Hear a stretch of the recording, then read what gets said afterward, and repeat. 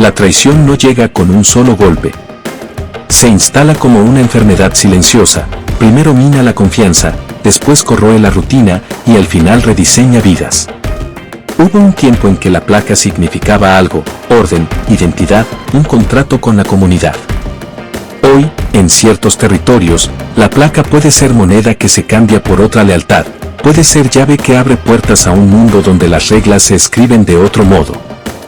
Quien cruza esa frontera lo hace sabiendo que su nombre puede convertirse, en cualquier momento, en un peligro. No quiero hablar de manuales ni de tácticas. Quiero hablar de rostros. Del pulso que se acelera cuando una llamada no suena. De la mirada que se apaga cuando un amigo deja de aparecer. Porque, en esas pequeñas señales, nace la certeza de que algo sucedió y que, probablemente, será irreversible. La traición es, antes que nada, un acto que rearma la realidad íntima de una persona, la familia se resguarda, las palabras se vuelven muros, los recuerdos se segmentan en lo que se puede decir y lo que hay que callar. Imagina un hombre que se crió en cuarteles y patrullas, que aprendió a leer mapas y a descifrar horarios. Esa experiencia lo volvió valioso para quienes operan en la sombra. Le ofrecieron dinero, protección, una nueva vida envuelta en promesas. Al principio la transacción pareció simple, información por seguridad, conocimiento por recursos. Pero en ese intercambio se escondía un riesgo inherente, la utilidad siempre es temporal. Lo que hoy te protege, mañana puede convertirte en riesgo. Y en el cálculo de los poderosos, el riesgo se corrige despiadadamente. La decisión no es emotiva, es fría, casi administrativa. Se evalúa exposición, se pesan beneficios, se calcula la probabilidad de filtración. Cuando el veredicto cae, no hay tribunal. La sentencia se aplica como quien corrige una desviación en una empresa, con eficiencia. Ese modo de operar demuestra una verdad terrible. En el mundo del crimen organizado, la lealtad es un activo sujeto a depreciación. Y cuando su valor cae, la eliminación ya no es una venganza, es una política de gestión de riesgos. El efecto en las familias es devastador y silencioso. No es solo la ausencia del que se fue, es la reubicación emocional que obliga a reinventar la vida bajo el signo del temor. Los cumpleaños se celebran en habitaciones cerradas, las salidas se planean con mapas alternos. La pregunta a dónde iremos si viene alguien, deja de ser retórica y se convierte en plan de supervivencia. La traición no solo arrebata personas, borra el mapa de seguridad que una familia alguna vez tuvo.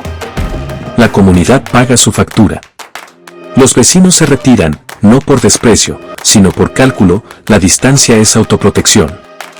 Se crean corrientes de rumor que muerden reputaciones y aíslan a quienes quedan. En ese contexto, el ostracismo funciona como otra forma de pena, la expulsión social que se suma a la amenaza latente. Ya no basta con ocultarse geográficamente, hay que hacerse invisible dentro de la propia ciudad. Existe también un fenómeno menos visible, la normalización del miedo. Cuando la violencia y la venganza se repiten, la indignación se amolda a la costumbre. Se aprende a convivir con la amenaza como si fuera un clima más, impredecible, pero permanente. Ese aprendizaje es un triunfo del mecanismo de control, convierte la protesta en resignación y la esperanza en pragmatismo. Quien logra que la sociedad acepte la violencia como condición mínima, ha ganado algo más que una batalla, ha reescrito la lógica de convivencia. Aún así, la traición tiene matices. No todos los que cruzan la línea quedan en el mismo destino. Algunos optan por el exilio, cambian de nombre, de país, de historia. Otros intentan seguir dentro, confiando en que su utilidad los ampare. Pero la utilidad es cambiante, depende de alianzas, intereses y nuevas prioridades. La caducidad de la protección es uno de los principios más crueles de ese mundo, salir del contrato no garantiza destino seguro. Cuando una persona busca protección en el Estado, a menudo se enfrenta a otra clase de muro, la burocracia y la incredulidad. Protocolos, formularios, plazos que no fueron hechos para detener una maquinaria que actúa rápido. La descoordinación institucional, la falta de recursos o la apatía convierten a la institución que debería proteger en espacio de frustración. Y en ese vacío, la venganza encuentra terreno fértil para operar sin freno. Es necesario decirlo con claridad, la impunidad no solo se alimenta de la capacidad del agresor, sino de la inacción de los protectores. El silencio de la comunidad, la lentitud de la justicia, la indiferencia de quienes tienen poder para actuar son parte del mecanismo. La venganza se reproduce allí donde las respuestas son insuficientes y la única vacuna contra esa reproducción es la articulación, acción rápida de protección, investigaciones serias y una sociedad dispuesta a no normalizar el terror. En la penumbra también nacen resistencias. Hay quienes deciden denunciar, pese al riesgo, hay redes que ofrecen refugio temporal, hay periodistas que sostienen las historias cuando otros la borran. Esas prácticas de valentía no borran el peligro, pero sí lo visibilizan. Y la visibilidad, por su propia naturaleza, reduce el terreno de la impunidad. Cuando la historia se cuenta y se mantiene en la memoria pública, la venganza pierde parte de su anonimato, y con ello, su fuerza.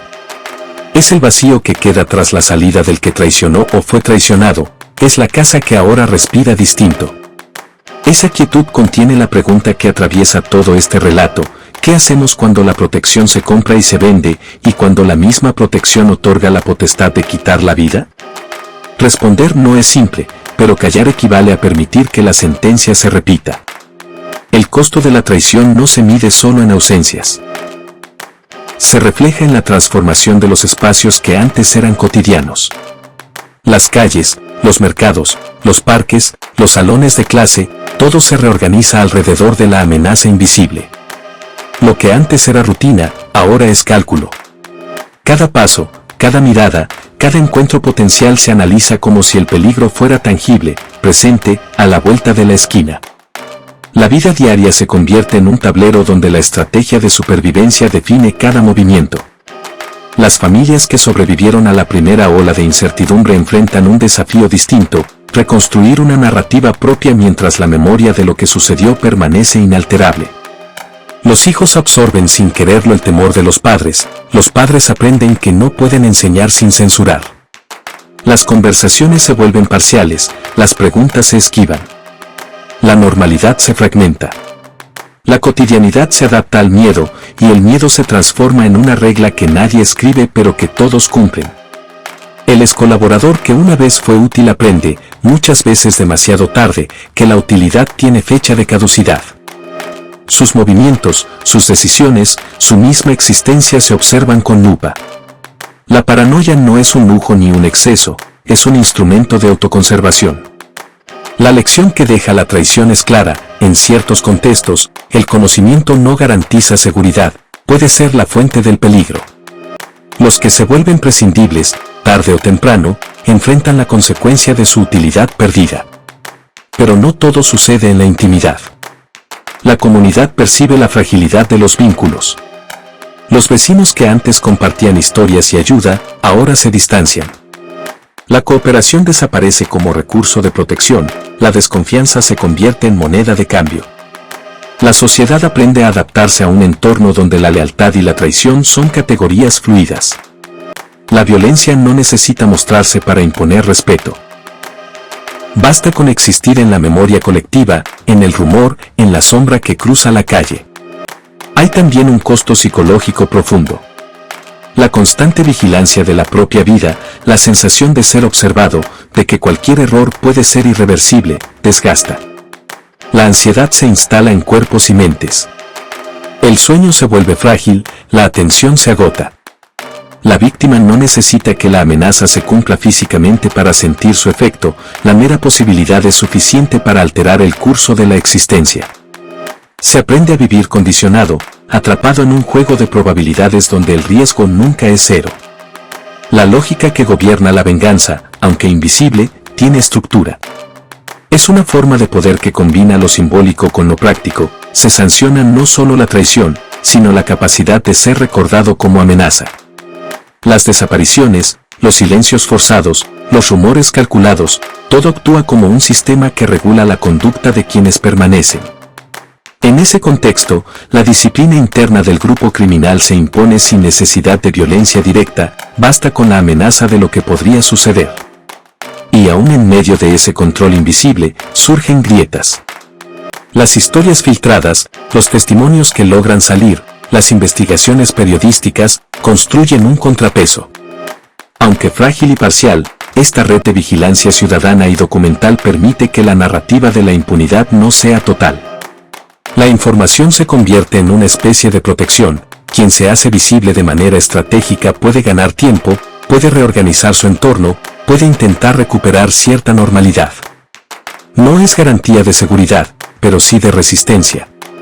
Los medios juegan un papel crítico. La exposición cuidadosa de los hechos, acompañada de protección y anonimato, puede alterar la ecuación del miedo. La cobertura irresponsable, en cambio, puede acelerar la amenaza. La voz narrativa se convierte en un instrumento de equilibrio. Al documentar y difundir la historia, se debilita la sombra del terror.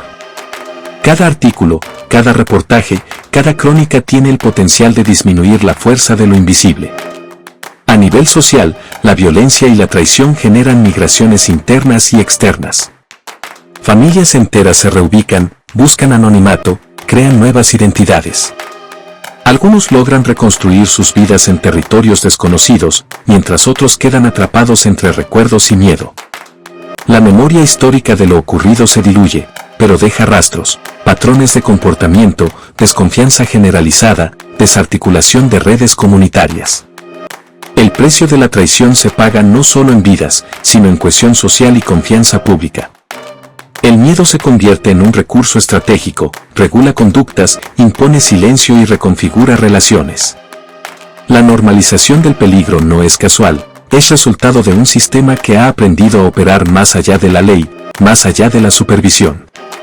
El conocimiento, la información y la memoria funcionan como armas, y la falta de protección institucional amplifica su poder destructivo. Sin embargo, dentro de esa oscuridad también hay destellos de luz. Las redes de apoyo, las organizaciones de derechos humanos, las investigaciones responsables, ofrecen alternativas. No borran el dolor ni la incertidumbre, pero crean espacios donde la verdad puede existir, donde la memoria puede mantenerse y donde la impunidad se encuentra con límites. La resistencia, aunque fragmentaria, demuestra que la venganza nunca es absoluta, siempre hay espacios para acción y reparación. Cuando la traición ha dejado su marca, el tiempo no borra la huella, la transforma en memoria, en relato, en enseñanza dolorosa. La última parte de esta historia no trata de justicia inmediata ni de castigo visible. Trata de los ecos que quedan. Como los que sobreviven reorganizan sus vidas, como la sociedad observa y aprende, y como la memoria se convierte en una herramienta capaz de desafiar la lógica de la impunidad. La primera lección es sobre la reconstrucción personal. Quien ha sido objeto de la venganza o del ostracismo aprende a medir cada paso, pero también a valorar lo que antes parecía trivial, un saludo sincero, una rutina sin sobresaltos, un espacio propio sin vigilancia constante. La identidad se fragmenta y se recompone. Los nombres cambian, los lugares cambian, incluso los hábitos se adaptan, pero la esencia de la experiencia queda tatuada en la memoria, recordando que la confianza se gana y se pierde en instantes que marcan para siempre. La memoria colectiva tiene un papel aún más profundo. La sociedad que observa, aunque no participe directamente, internaliza las reglas del miedo y aprende a actuar en consecuencia. Cada desaparición, cada silencio forzado, cada rumor que se difunde genera cambios en las relaciones, en los patrones de comportamiento, en la percepción de seguridad. La traición y la venganza no solo afectan a los individuos, afectan a la estructura misma de la convivencia, al tejido social que sostiene la vida cotidiana. Sin embargo, no todo queda reducido al temor. La memoria también se convierte en resistencia.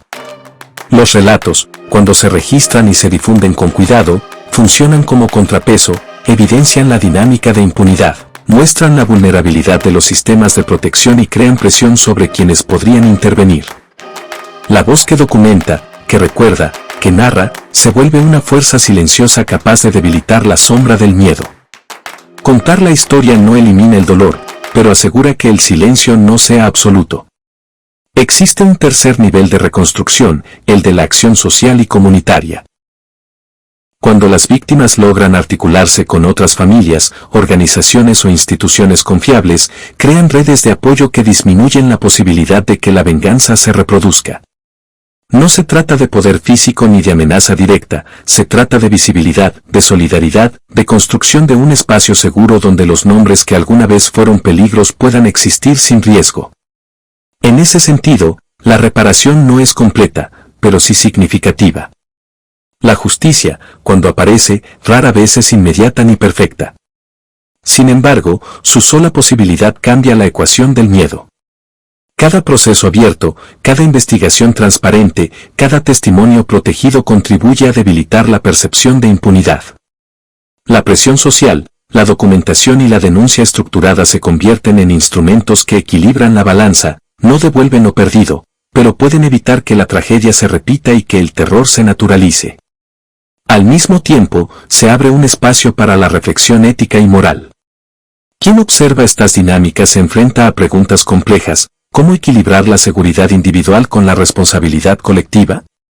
¿Qué papel tiene la ciudadanía frente a estructuras que normalizan la venganza? ¿Cómo transformar la memoria del dolor en acción efectiva? Estas preguntas no tienen respuestas simples, pero exigirlas es el primer paso hacia la recuperación de la confianza y la dignidad. La resiliencia individual y colectiva se manifiesta en pequeños gestos cotidianos: abrir la puerta a un vecino, compartir información verificada, recordar con respeto a quienes fueron víctimas. Cada acto de atención y cuidado construye capas de protección que la amenaza invisible no puede penetrar fácilmente. Así, la memoria y la acción se combinan para desafiar la lógica de la venganza y para afirmar que, aunque la traición deje cicatrices, no puede borrar del todo la capacidad de reconstrucción. Al cerrar este relato, es importante entender la dimensión simbólica de la traición y la venganza. Funcionan como recordatorio de los límites de la confianza, como enseñanza sobre la fragilidad de la seguridad, y como prueba de que la justicia no siempre se encuentra en la inmediatez de la ley, sino en la persistencia de la memoria y en la acción colectiva. La fuerza de la venganza no es absoluta, puede ser contenida, cuestionada y debilitada cuando la verdad se mantiene visible. Piensa en las historias que quedan, familias que sobreviven, comunidades que se reorganizan, voces que narran sin miedo. Cada relato registrado es un triunfo de la conciencia sobre la intimidación. Cada memoria preservada es un paso hacia la reparación social. Y aunque el dolor persista, y aunque la sombra del miedo siga presente, la humanidad encuentra maneras de recomponerse, de resistir, y de afirmar que la lealtad y la justicia, aunque frágiles, no son completamente reemplazables por la violencia y el terror. La lección final es clara: la traición tiene consecuencias, sí, y la venganza se ejerce en muchas formas. Pero el poder de la memoria, la acción social y la documentación estratégica puede equilibrar la balanza. Los que sobreviven, los que cuentan la historia, los que buscan justicia, son quienes demuestran que incluso en los contextos más duros, la resiliencia humana puede desafiar la lógica del miedo, reconstruir vidas fragmentadas y, sobre todo, mantener viva la posibilidad de que la justicia y la verdad no sean solo conceptos, sino realidades tangibles.